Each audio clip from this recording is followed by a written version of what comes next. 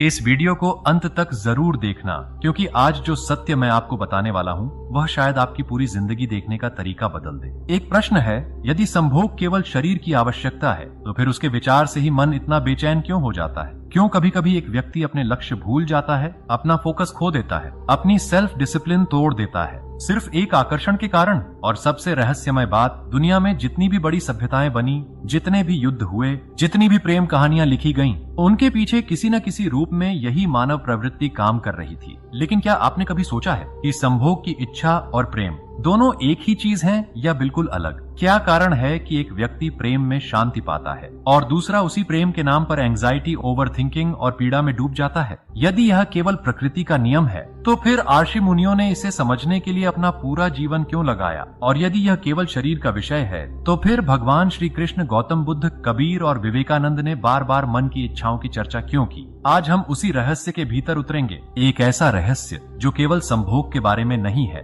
बल्कि आपके मन, आपकी आदतों, आपके डोपामिन, आपके निर्णयों और आपकी पूरी जीवन दिशा के बारे में है। क्योंकि जिस शक्ति को अधिकांश लोग केवल आकर्षण समझते हैं, उसी शक्ति को समझकर कुछ लोग असाधारण बन जाते हैं और उसी शक्ति में उलझकर कुछ लोग पूरी जिंदगी भटकते रहते हैं। जय श्री कृष्ण दोस्तों, मैं हूँ विनय और आज हम बात करेंगे संभोग और मानव प्रवृत्ति के उस रहस्य की जिसे भारतीय मनीषियों ने हजारों साल पहले समझ लिया था, लेकिन आधुनिक मनुष्य अभी भी उससे संघर्ष कर रहा है। जरा अपने आसपास देखिए, मोबाइल स्क्रीन पर स्क्रॉल करता हुआ व्यक्ति, सोशल मीडिया पर घंटों बिताता हुआ युवा, हर कुछ मिनट में नोटिफिकेशन देखने वाला मन, इन सब के पीछे केवल तकनीक नहीं है, इसके पीछे एक गहरी मानसिक संरचना काम कर रही है। आधुनिक न्यूरोसाइंस बताती है कि हमारा मस्तिष्क उन चीजों की ओर आकर्षित होता है जो सुख का वादा करती है, चाहे वह स्वादिष्ट भोजन हो, मोबाइल हो, सोशल मीडिया हो या फिर यौन आकर्षण। मस्तिष्क तुरंत डोपामिन छोड़ता है और डोपामिन हमें कहता है कि इसे फिर से प्राप्त करो। यहीं से कहानी शुरू होती है। ध्यान दीजिए, डोपामिन सुख नहीं देता, वह केवल पीछा करने की इच्छा पैदा करता है। यही कारण है कि मनुष्य अक्सर उस चीज के पीछे भागता रहता है जिसे पाने के बाद भी उसे स्थायी हैप्पीनेस नहीं मिलती। बुद्ध ने इसी स्थिति को दूसरे शब्दों में समझाया था। उन्होंने देखा कि मनुष्य वस्तुओं से नहीं, अपनी तृष्णा से बंधा हुआ है। तृष्णा पूरी हुई तो कुछ समय का सुख, तृष्णा अधूरी रह गई तो दुख, और यदि तृष्णा पूरी होने के बाद भी नई इच्छा पैदा हो जाए तो फिर अंतहीन दौड़। अब एक गहरी बात सुनिए, मानव इतिहास में शायद ही कोई ऐसी शक्ति हो जिसने मनुष्य को संभोग की इच्छा जितना प्रभावित किया हो। लेकिन समस्या इच्छा में नहीं है, समस्या उस अचेतनता में है जिसमें मनुष्य उस इच्छा का गुलाम बन जाता है। कई लोग सोचते हैं कि उनकी समस्याओं का कारण बाहर की दुनिया है, लेकिन अक्सर उनका अपना मन उन्हें अदृश्य रस्सियों से बांध रहा होता है। यही कारण है कि कुछ लोग फोकस नहीं बना पाते, कुछ लोग मोबाइल एडिक्शन से बाहर नहीं निकल पाते, कुछ लोग बार बार टॉक्सिक रिलेशनशिप्स में फंस जाते हैं और कुछ लोग अपने ही विचारों के कैदी बन जाते हैं। ऊपर से देखने पर ये समस्याएं अलग लगती हैं, लेकिन उनकी जड़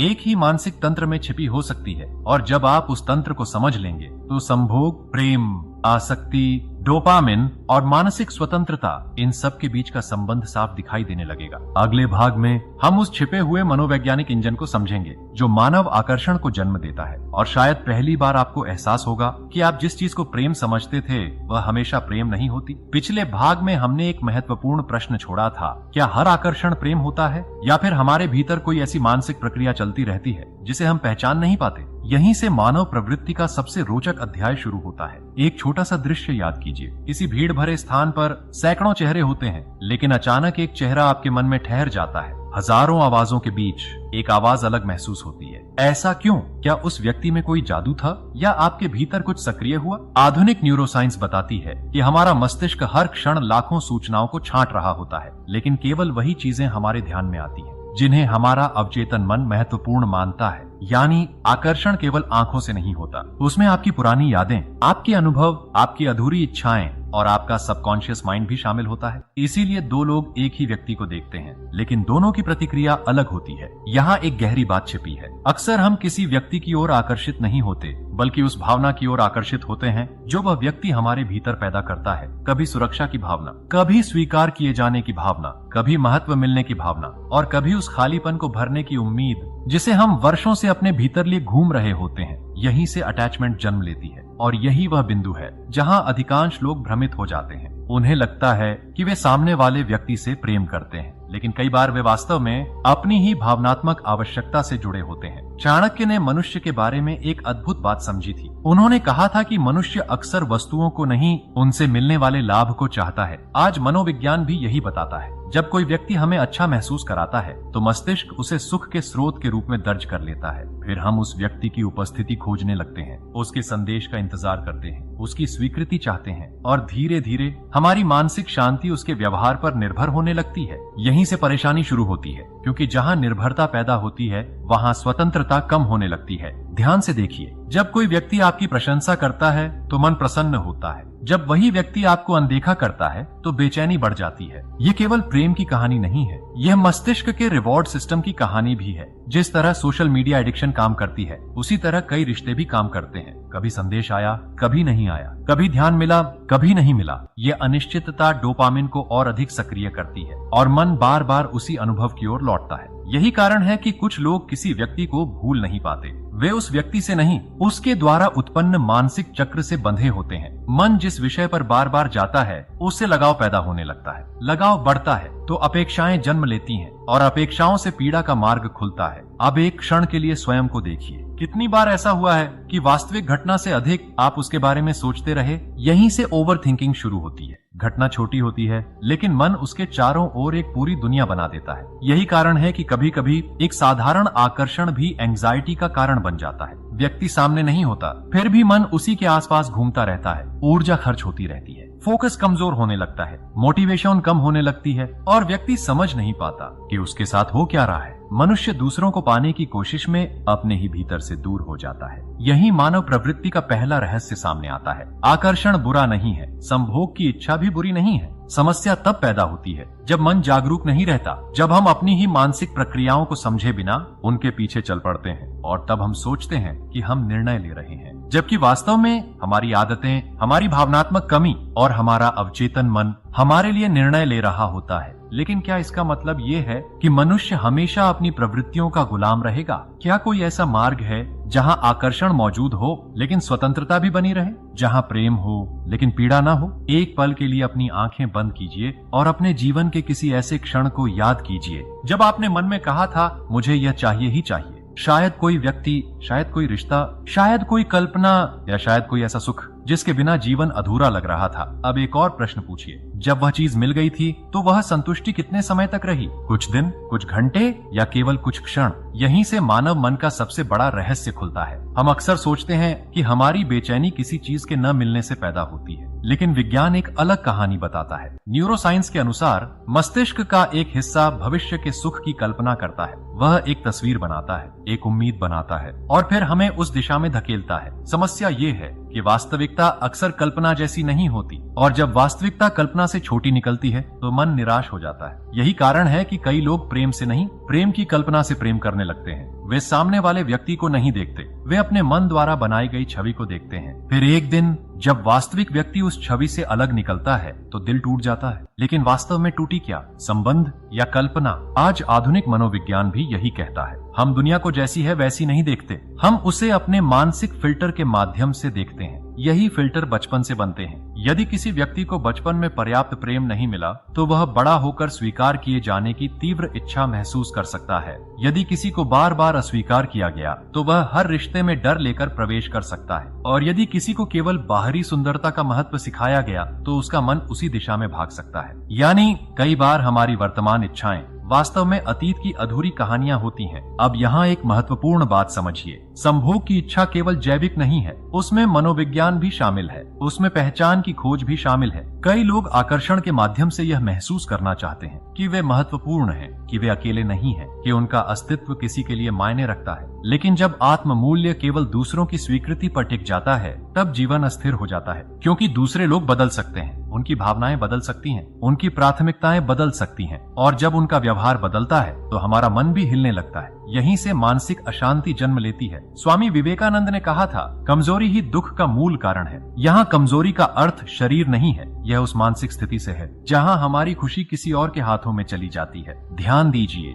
कितने लोग सुबह उठते ही मोबाइल देखते हैं? क्यों? क्योंकि वे जानकारी नहीं खोज रहे होते, वे भावनात्मक पुष्टि खोज रहे होते हैं। किसने संदेश भेजा, किसने लाइक किया, किसने याद किया? यही तंत्र रिश्तों में भी काम करता है। मन बार बार आश्वासन चाहता है और जब आश्वासन नहीं मिलता तो एंजाइटी बढ़ती है। यहीं से एक और सत्य सामने आता है, मनुष्य केवल सुख का गुलाम नहीं बनता, वह अनिश्चितता का भी गुलाम बन सकता है। अनिश्चितता मस्तिष्क को लगातार सक्रिय रखती है। यही कारण है कि अधूरे रिश्ते अक्सर पूर्ण रिश्तों से अधिक याद आते हैं। अधूरी कहानियां मन में चलती रहती हैं, क्योंकि मस्तिष्क उन्हें बंद नहीं कर पाता। यही कारण है कि कुछ लोग वर्षों बाद भी किसी पुराने संबंध को भूल नहीं पाते। लेकिन यहाँ एक आश्चर्यजनक मोड़ है। उपनिषदों की परंपरा में कहा गया कि मन बाहर जितना भागता है उतना ही कमजोर होता जाता है, और जितना भीतर लौटता है उतना ही स्पष्ट होने लगता है। भीतर लौटना क्या है? दुनिया छोड़ देना? नहीं, भीतर लौटना है अपने मन को देखना, अपनी इच्छाओं को देखना, अपने डर को देखना, अपनी आसक्तियों को देखना, बिना भागे, बिना दबाए, बिना उनसे लड़ाई किए। क्योंकि जिस चीज को आप स्पष्ट रूप से देख लेते हैं वह आपको नियंत्रित नहीं कर पाती। यही जागरूकता की शुरुआत है, और यहीं से मनुष्य पहली बार समझता है कि वह केवल अपनी प्रवृत्तियां नहीं है, वह केवल अपनी इच्छाएं नहीं है, उसके भीतर एक ऐसा साक्षी भी है जो इन सबको देख सकता है। लेकिन यदि यह साक्षी इतना शक्तिशाली है तो फिर अधिकांश लोग अपने मन के जाल में क्यों फंस जाते हैं? ऐसा क्या है जो बार बार हमें उसी चक्र में वापस खींच लाता है? कुछ 100 वर्ष पहले मनुष्य को आकर्षण के अवसर सीमित रूप से मिलते थे। वह अपने गांव के लोगों को जानता था, अपने परिवेश में जीता था, और उसका मन अपेक्षाकृत शांत रहता था। लेकिन आज आपकी जेब में रखा एक छोटा सा मोबाइल हजारों चेहरों, लाखों तस्वीरों और अनगिनत इच्छाओं का दरवाजा बन चुका है। यहीं से आधुनिक मानव की सबसे बड़ी चुनौती शुरू होती है। पहले मनुष्य अपनी प्रवृत्तियों से लड़ता था, आज उसे अपनी प्रवृत्तियों और तकनीक दोनों से एक साथ जूझना पड़ रहा है। जरा गौर कीजिए, आप सोशल मीडिया खोलते हैं, हर तस्वीर, हर वीडियो, हर दृश्य आपके मस्तिष्क का ध्यान खींचने की कोशिश करता है। ये केवल मनोरंजन नहीं है, यह आपके ध्यान के लिए युद्ध है, और इस युद्ध का सबसे बड़ा हथियार है डोपामिन। आधुनिक न्यूरोसाइंस बताती है कि हमारा मस्तिष्क नवीनता को पसंद करता है। नई चीज, नया चेहरा, नया अनुभव, नया रोमांच। मस्तिष्क तुरंत सतर्क हो जाता है, डोपामिन सक्रिय हो जाता है, और हमें लगता है कि शायद अगला दृश्य, अगला व्यक्ति या अगला अनुभव हमें अधिक सुख देगा। यही कारण है कि कई लोग घंटों स्क्रॉल करते रहते हैं, लेकिन अंत में खालीपन महसूस करते हैं, क्योंकि उन्होंने बहुत कुछ देखा लेकिन वास्तव में कुछ भी प्राप्त नहीं किया। अब इसे मानव प्रवृत्ति से जोड़कर देखिए। जब मन लगातार नई उत्तेजनाओं का आदी हो जाता है तो साधारण चीजें उसे आकर्षित नहीं करती। धीरे धीरे धैर्य कम होने लगता है, फोकस कमजोर होने लगता है, और वास्तविक रिश्ते कठिन लगने लगते हैं, क्योंकि वास्तविक जीवन सोशल मीडिया की तरह हर सेकंड नया रोमांच नहीं देता। यहीं एक गहरा संकट जन्म लेता है। मनुष्य वास्तविकता की तुलना कल्पनाओं से करने लगता है, और जहाँ तुलना शुरू होती है वहाँ संतोष समाप्त होने लगता है। कबीर ने एक बार कहा था, मन का भटकाव ही सबसे बड़ी गरीबी है। आज यह बात पहले से अधिक सच दिखाई देती है, क्योंकि बहुत से लोगों के पास साधन है लेकिन शांति नहीं, संपर्क है लेकिन संबंध नहीं,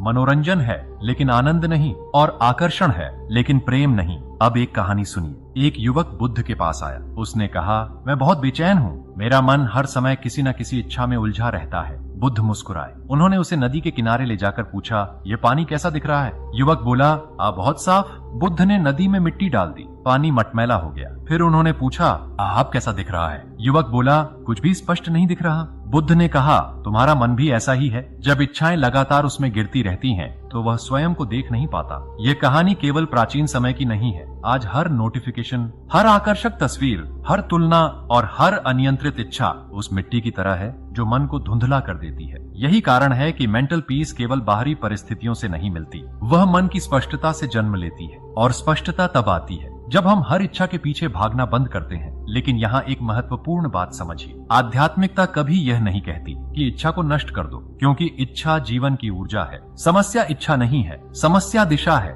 एक ही ऊर्जा किसी को व्यसन की ओर ले जा सकती है, और वही ऊर्जा किसी को महान उपलब्धि तक पहुंचा सकती है। चाणक्य ने युवाओं को चेतावनी दी थी कि अनियंत्रित इंद्रियां मनुष्य की बुद्धि को कमजोर कर देती है। आज विज्ञान भी यही कहता है, जब व्यक्ति लगातार तात्कालिक सुखों का पीछा करता है तो उसके निर्णय लेने की क्षमता प्रभावित होने लगती है, सेल्फ डिसिप्लिन कमजोर होती है, लंबी अवधि के लक्ष्य महत्व खोने लगते हैं, और व्यक्ति वर्तमान सुख के लिए भविष्य का बलिदान करने लगता है। यही कारण है कि कई प्रतिभाशाली लोग अपनी पूरी क्षमता तक नहीं पहुंच पाते। उनकी कमी बुद्धि में नहीं होती, उनकी कमी ध्यान की स्थिरता में होती है। अब प्रश्न उठता है, यदि आधुनिक दुनिया हमारे मन को लगातार खींच रही है तो क्या कोई ऐसा मार्ग है जिससे हम अपनी ऊर्जा को बिखरने से बचा सकें? क्या आकर्षण को दबाए बिना उसे समझा जा सकता है? क्या मनुष्य अपनी प्रवृत्ति का मालिक बन सकता है या हमेशा उसका दास बना रहेगा? अगले भाग में हम उस भावनात्मक रहस्य को समझेंगे जिसे समझे बिना प्रेम आसक्ति में बदल जाता है। कभी आपने महसूस किया है कि कुछ लोग आपके जीवन में आते हैं और अचानक सब कुछ बदल जाता है? उनकी एक मुस्कान, एक संदेश या केवल उनकी उपस्थिति पूरे दिन का मूड बदल देती है। शुरुआत में यह बहुत सुंदर लगता है, मन हल्का हो जाता है, दुनिया रंगीन लगने लगती है और ऐसा प्रतीत होता है मानो जीवन को उसका अर्थ मिल गया हो। लेकिन यही एक सूक्ष्म प्रश्न जन्म लेता है, क्या हम उस व्यक्ति से जुड़े हैं या उस अनुभव से जो उसके कारण हमारे भीतर पैदा हो रहा है? यही प्रेम और आसक्ति के रास्ते अलग होने लगते हैं। एक वृद्ध संत ने अपने शिष्य से पूछा, यदि कोई व्यक्ति तुम्हें खुश करता है तो क्या तुम्हारी खुशी उसके पास है? शिष्य ने तुरंत कहा, हाँ शायद। संत मुस्कुराए। उन्होंने कहा, फिर तो तुम्हारी खुशी तुम्हारी नहीं रही। यह सुनकर शिष्य मौन हो गया, क्योंकि उसने पहली बार समझा कि निर्भरता और प्रेम एक जैसी चीजें नहीं है। आज मनोविज्ञान भी यही संकेत देता है। जब हमारा आत्म मूल्य दूसरे व्यक्ति की स्वीकृति पर आधारित हो जाता है तो हम धीरे धीरे भावनात्मक रूप से निर्भर होने लगते हैं। फिर सामने वाला व्यक्ति केवल व्यक्ति नहीं रहता, वह हमारे आत्मविश्वास का स्रोत बन जाता है, हमारी खुशी का स्रोत बन जाता है, हमारी पहचान का हिस्सा बन जाता है। और जब ऐसा होता है तो डर जन्म लेता है, खोने का डर, अस्वीकार किए जाने का डर, अकेले रह जाने का डर।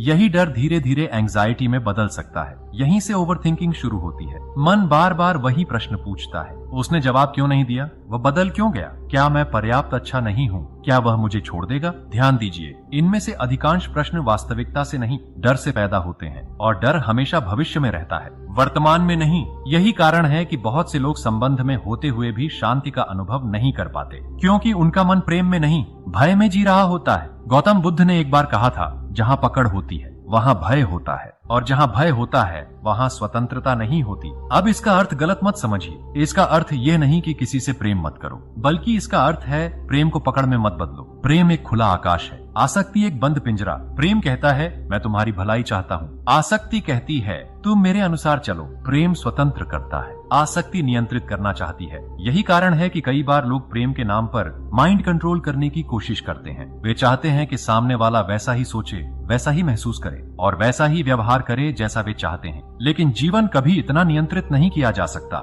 जितना अधिक हम नियंत्रण चाहते हैं उतनी अधिक बेचैनी बढ़ती है। अब यहाँ विज्ञान एक रोचक बात बताता है। जब हम किसी व्यक्ति से भावनात्मक रूप से जुड़ते हैं तो मस्तिष्क में ऐसे रसायन सक्रिय होते हैं जो विश्वास और निकटता की भावना पैदा करते हैं। यह प्रक्रिया स्वाभाविक है, यही संबंधों को गहराई देती है। लेकिन यदि जागरूकता न हो तो वही प्रक्रिया निर्भरता का रूप ले सकती है। यानी समस्या संबंध नहीं है, समस्या अचेतन संबंध है। किसी दूसरे के भीतर का खालीपन पूरी तरह नहीं भर सकता। यही मानव प्रवृत्ति का एक और रहस्य सामने आता है। हम अक्सर प्रेम की तलाश में निकलते हैं, लेकिन वास्तव में हम स्वयं की तलाश कर रहे होते हैं। हमें लगता है कि कोई दूसरा हमें पूर्ण बना देगा, जबकि सत्य ये है कि जो व्यक्ति भीतर से अधूरा महसूस करता है वह बाहर कहीं भी पूर्णता नहीं पा सकता। जब व्यक्ति समझता है कि उसकी शांति किसी दूसरे व्यक्ति पर निर्भर नहीं है, तब उसके संबंध बदलने लगते हैं। तब प्रेम मांग नहीं रहता, साझेदारी बन जाता है। तब आकर्षण बंधन नहीं रहता, अनुभव बन जाता है। लेकिन अभी भी एक अंतिम प्रश्न बाकी है। यदि मनुष्य के भीतर इतनी शक्ति मौजूद है तो फिर वह बार बार अपनी इच्छाओं, आदतों और भावनाओं से हार क्यों जाता है?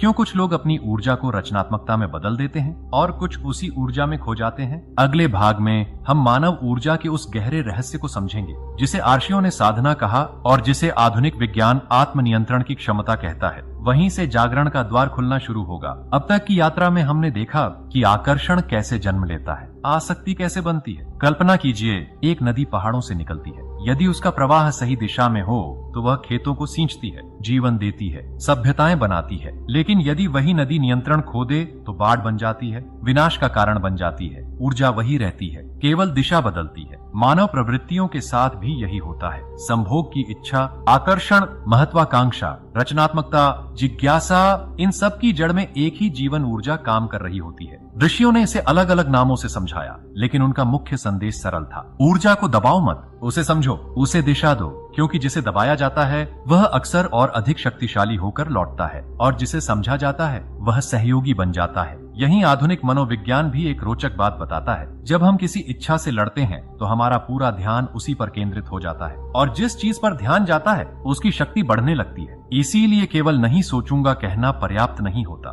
मन उसी विचार को बार बार दोहराने लगता है। यही कारण है कि कई लोग आदत छोड़ना चाहते हैं लेकिन बार बार उसी आदत में लौट जाते हैं, चाहे वह मोबाइल एडिक्शन हो, सोशल मीडिया एडिक्शन हो या किसी व्यक्ति के प्रति अत्यधिक मानसिक आसक्ति। मन खाली स्थान को पसंद नहीं करता, उसे दिशा चाहिए। यदि दिशा नहीं मिलेगी तो वह पुरानी आदतों की ओर लौट जाएगा। यही सेल्फ डिसिप्लिन का वास्तविक अर्थ समझ आता है। अधिकांश लोग सोचते हैं कि सेल्फ डिसिप्लिन का मतलब स्वयं को कठोर नियमों में बांधना है, लेकिन वास्तविक अनुशासन अपने ध्यान को सही दिशा देना है। अपने मन को यह सिखाना है कि तत्काल सुख और स्थायी संतोष में अंतर होता है। भगवान श्री कृष्ण ने अर्जुन को युद्ध भूमि में जो शिक्षा दी उसका एक गहरा मनोवैज्ञानिक पक्ष भी है। उन्होंने अर्जुन से यह नहीं कहा कि भावनाएं खत्म कर दो, उन्होंने यह भी नहीं कहा कि इच्छाएं मिटा दो। उन्होंने कहा जागरूक बनो, अपने मन को देखो और फिर निर्णय लो। यही आंतरिक स्वतंत्रता है, यही मानसिक परिपक्वता है। आज न्यूरोसाइंस इसे एग्जीक्यूटिव कंट्रोल कहती है, मस्तिष्क का वह भाग जो आवेग और बुद्धिमत्ता के बीच संतुलन बनाता है। जब यह क्षमता मजबूत होती है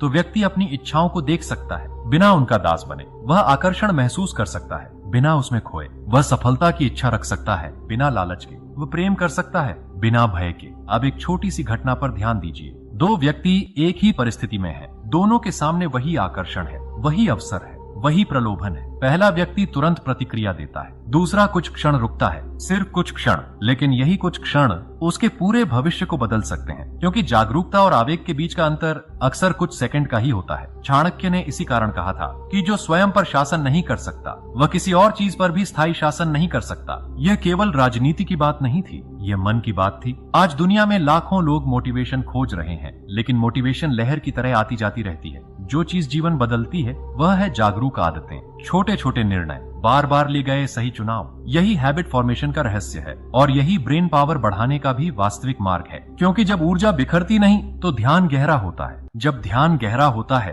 तो फोकस बढ़ता है, जब फोकस बढ़ता है तो मन स्पष्ट होने लगता है और जब मन स्पष्ट होता है तो जीवन के निर्णय बदलने लगते हैं। यहीं से व्यक्ति पहली बार समझता है कि उसकी सबसे बड़ी शक्ति बाहरी दुनिया में नहीं है, वह उसके भीतर है, उसकी जागरूकता में, उसके ध्यान में, उसकी देखने की क्षमता में। लेकिन अभी अंतिम रहस्य बाकी है, वह रहस्य जो यह स्पष्ट करेगा कि मानव प्रवृत्ति का अंतिम उद्देश्य क्या है। क्या मनुष्य केवल इच्छाओं को पूरा करने के लिए पैदा हुआ है या इन इच्छाओं के माध्यम से उसे अपने बारे में कुछ और गहरा समझना है। अगले भाग में हम उसी द्वार के सामने खड़े होंगे जहां से जागरण की पहली वास्तविक किरण दिखाई देती है और शायद पहली बार संभोग, प्रेम, ऊर्जा, चेतना और आत्म समझ एक ही चित्र के हिस्से दिखाई देंगे। अब तक हमने मानव प्रवृत्ति को शरीर के स्तर से मन के स्तर तक समझा, फिर मन से आदतों तक और आदतों से चेतना तक। लेकिन अब हम उस मोड़ पर पहुंच चुके हैं जहां से पूरी तस्वीर बदलने लगती है, क्योंकि एक प्रश्न अभी भी बाकी है। यदि इच्छा इतनी शक्तिशाली है तो प्रकृति ने उसे हमारे भीतर रखा ही क्यों? यदि आकर्षण हमें भटका सकता है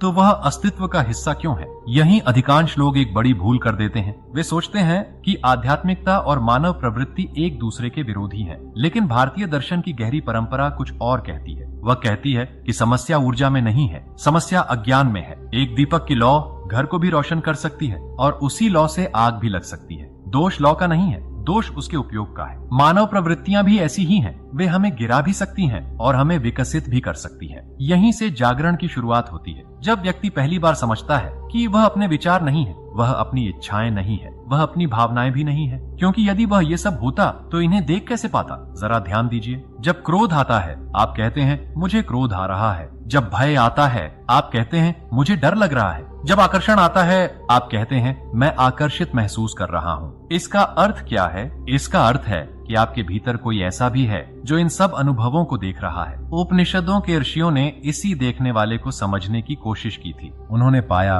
कि मन बदलता रहता है, भावनाएं बदलती रहती हैं, इच्छाएं बदलती रहती हैं, लेकिन देखने वाला साक्षी हमेशा उपस्थित रहता है। यही वह खोज थी जिसने साधारण जीवन को आध्यात्मिक यात्रा में बदल दिया। अब आधुनिक विज्ञान भी एक रोचक दिशा में बढ़ रहा है। ध्यान और मेडिटेशन पर हुए अनेक अध्ययन बताते हैं कि जब व्यक्ति अपने विचारों को केवल देखना सीखता है तो उनका प्रभाव कम होने लगता है। आवेग और प्रतिक्रिया के बीच दूरी बनने लगती है, तनाव कम होता है, एंजाइटी घटती है, मानसिक स्पष्टता बढ़ती है और सबसे महत्वपूर्ण, व्यक्ति अपने ही मन का पर्यवेक्षक बनना शुरू कर देता है। यही कारण है कि कुछ लोग कठिन परिस्थितियों में भी शांत रहते हैं। वे इसलिए शांत नहीं हैं क्योंकि उनके जीवन में समस्याएं नहीं हैं, वे इसलिए शांत हैं क्योंकि उन्होंने अपने मन के साथ संबंध बदल लिया है। कबीर ने जीवन भर लोगों को बाहर से भीतर की ओर मोड़ने की कोशिश की क्योंकि उन्हें पता था कि बाहर की खोज कभी समाप्त नहीं होती। एक इच्छा पूरी होती है, दूसरी खड़ी हो जाती है। एक लक्ष्य पूरा होता है, दूसरा सामने आ जाता है। एक आकर्षण खत्म होता है, दूसरा शुरू हो जाता है। यदि खुशी केवल बाहरी उपलब्धियों पर आधारित होगी तो मन हमेशा भविष्य में भागता रहेगा, और जो हमेशा भविष्य में रहता है वह वर्तमान का आनंद खो देता है। यही हैप्पीनेस का विज्ञान भी आध्यात्मिकता से मिल जाता है। अनुसंधान बताते हैं कि स्थायी संतोष केवल उपलब्धियों से नहीं आता,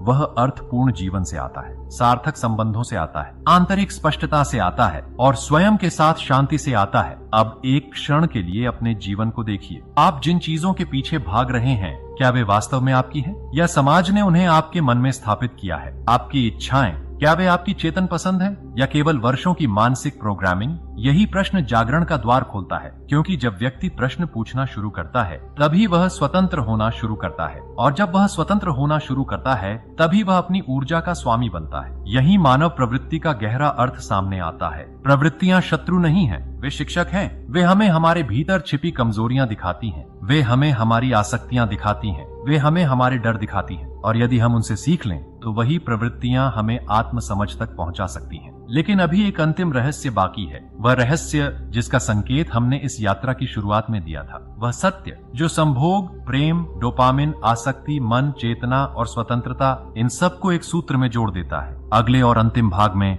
हम उसी छिपे हुए बिंदु को देखेंगे, और शायद पहली बार आप समझ पाएंगे कि मानव प्रवृत्ति का अंतिम उद्देश्य केवल सुख नहीं बल्कि आत्म जागरण भी हो सकता है। और अब हम उस सत्य के सामने खड़े हैं जिसका संकेत इस पूरी यात्रा में बार बार मिलता रहा। शायद आपने ध्यान दिया होगा कि हमने संभोग की बात की, लेकिन केवल शरीर की नहीं। हमने प्रेम की बात की, लेकिन केवल रिश्तों की नहीं। हमने डोपामिन की बात की, लेकिन केवल मस्तिष्क की नहीं, क्योंकि इन सब के पीछे एक और गहरी कहानी चल रही है। वह कहानी है मनुष्य की स्वयं को खोजने की। यही वह छिपा हुआ रहस्य है जिसे अधिकांश लोग पूरी जिंदगी नहीं समझ पाते। मनुष्य जिस सुख को बाहर खोज रहा है वह वास्तव में एक आंतरिक अनुभव की तलाश है। जरा ध्यान से देखिए, जब कोई इच्छा पूरी होती है तो कुछ क्षणों के लिए मन शांत हो जाता है। उसी क्षण आपको अच्छा लगता है। अधिकांश लोग सोचते हैं कि सुख उस वस्तु में था, लेकिन वास्तविकता कुछ और है। सुख उस वस्तु में नहीं था, सुख उस क्षणिक शांति में था जो इच्छा के रुक जाने से पैदा हुई। यही कारण है कि एक इच्छा पूरी होने के बाद दूसरी इच्छा खड़ी हो जाती है, और फिर तीसरी, और फिर चौथी। यदि सुख वास्तव में वस्तुओं में होता तो एक उपलब्धि के बाद मनुष्य हमेशा के लिए संतुष्ट हो जाता, लेकिन ऐसा कभी नहीं होता। क्यों? क्योंकि मन बाहर नहीं, भीतर की किसी खोई हुई पूर्णता को खोज रहा है। यही वह बिंदु है जहां भगवान श्री कृष्ण, बुद्ध, कबीर और उपनिषद एक ही दिशा की ओर संकेत करते दिखाई देते हैं। उनका संदेश अलग अलग शब्दों में था, लेकिन सार एक था। मनुष्य का सबसे बड़ा संघर्ष दुनिया से नहीं है, उसका सबसे बड़ा संघर्ष अपने ही अचेतन मन से है। जिस दिन वह स्वयं को समझ लेता है उस दिन उसका संघर्ष बदल जाता है। ध्यान दीजिए, संभोग की इच्छा गलत नहीं है, आकर्षण गलत नहीं है, प्रेम भी गलत नहीं है। गलत केवल एक बात है, अचेतनता। जब हम बिना समझे जीते हैं तो वही ऊर्जा बंधन बन जाती है, और जब हम समझ के साथ जीते हैं तो वही ऊर्जा विकास बन जाती है। यही कारण है कि दो लोग एक ही परिस्थिति में होते हैं, लेकिन उनके परिणाम अलग होते हैं। एक व्यक्ति अपनी इच्छाओं का दास बन जाता है, दूसरा व्यक्ति अपनी इच्छाओं को समझकर उन्हें चेतना की सीढ़ी बना लेता है। यही जागरण शुरू होता है। जागरण का अर्थ दुनिया छोड़ देना नहीं है, जागरण का अर्थ है दुनिया को स्पष्ट रूप से देखना, अपनी प्रवृत्तियों को देखना, अपनी आदतों को देखना, अपने डर को देखना, अपने आकर्षण को देखना, और फिर उनसे भागे बिना, उनके गुलाम बने बिना उनके साथ जागरूकता से जीना। जब ऐसा होता है तो प्रेम आसक्ति नहीं बनता, संबंध कैद नहीं बनते, आकर्षण अंधापन नहीं बनता, और इच्छा पीड़ा का कारण नहीं बनती। वह जीवन की ऊर्जा बन जाती है। अब शायद आप समझ पा रहे हैं कि मानव प्रवृत्ति का अंतिम उद्देश्य केवल प्रजनन नहीं है, केवल सुख नहीं है, केवल आकर्षण नहीं है। वह हमें हमारे मन का दर्पण दिखाने आई है। वह हमें यह दिखाने आई है कि हम कहाँ बंधे हुए हैं और कहाँ स्वतंत्र हो सकते हैं। स्वामी विवेकानंद ने कहा था, मनुष्य के भीतर अनंत शक्ति है, लेकिन वह शक्ति तभी प्रकट होती है जब मन बिखरना बंद करता है, जब ध्यान स्थिर होता है, जब व्यक्ति स्वयं से भागना बंद करता है। और यही इस पूरी यात्रा का सार है। जिस प्रेम को तुम बाहर खोज रहे हो उसका स्रोत तुम्हारे भीतर है। जिस शांति को तुम परिस्थितियों में खोज रहे हो उसका बीज तुम्हारे भीतर है। जिस स्वतंत्रता को तुम दुनिया से मांग रहे हो उसका द्वार तुम्हारी चेतना के भीतर है। आज यदि इस वीडियो से केवल एक बात याद रखो तो वह ये हो, तुम्हारी प्रवृत्तियां तुम्हारे शत्रु नहीं है, वे तुम्हारे शिक्षक हैं। उन्हें दबाओ मत, उन्हें समझो, उन्हें नकारो मत। उन्हें जागरूकता की रोशनी में देखो, क्योंकि जिस क्षण देखने वाला जाग जाता है उसी क्षण बंधन कमजोर होने लगते हैं, और जिस क्षण बंधन कमजोर होने लगते हैं उसी क्षण स्वतंत्रता जन्म लेती है। शायद यही कारण है कि जिन सत्य को हम पूरी दुनिया में खोजते रहते हैं वे अक्सर हमारे भीतर ही प्रतीक्षा कर रहे होते हैं। अब कुछ क्षण मौन रहिए, अपने मन को देखिए, अपने भीतर उठती इच्छाओं को देखिए और केवल इतना महसूस कीजिए कि आप उन इच्छाओं से बड़े हैं, आप उन विचारों से बड़े हैं, आप उन भय से बड़े हैं। और शायद यही समझ आत्म जागरण की पहली सीढ़ी है। धन्यवाद। जय श्री कृष्ण।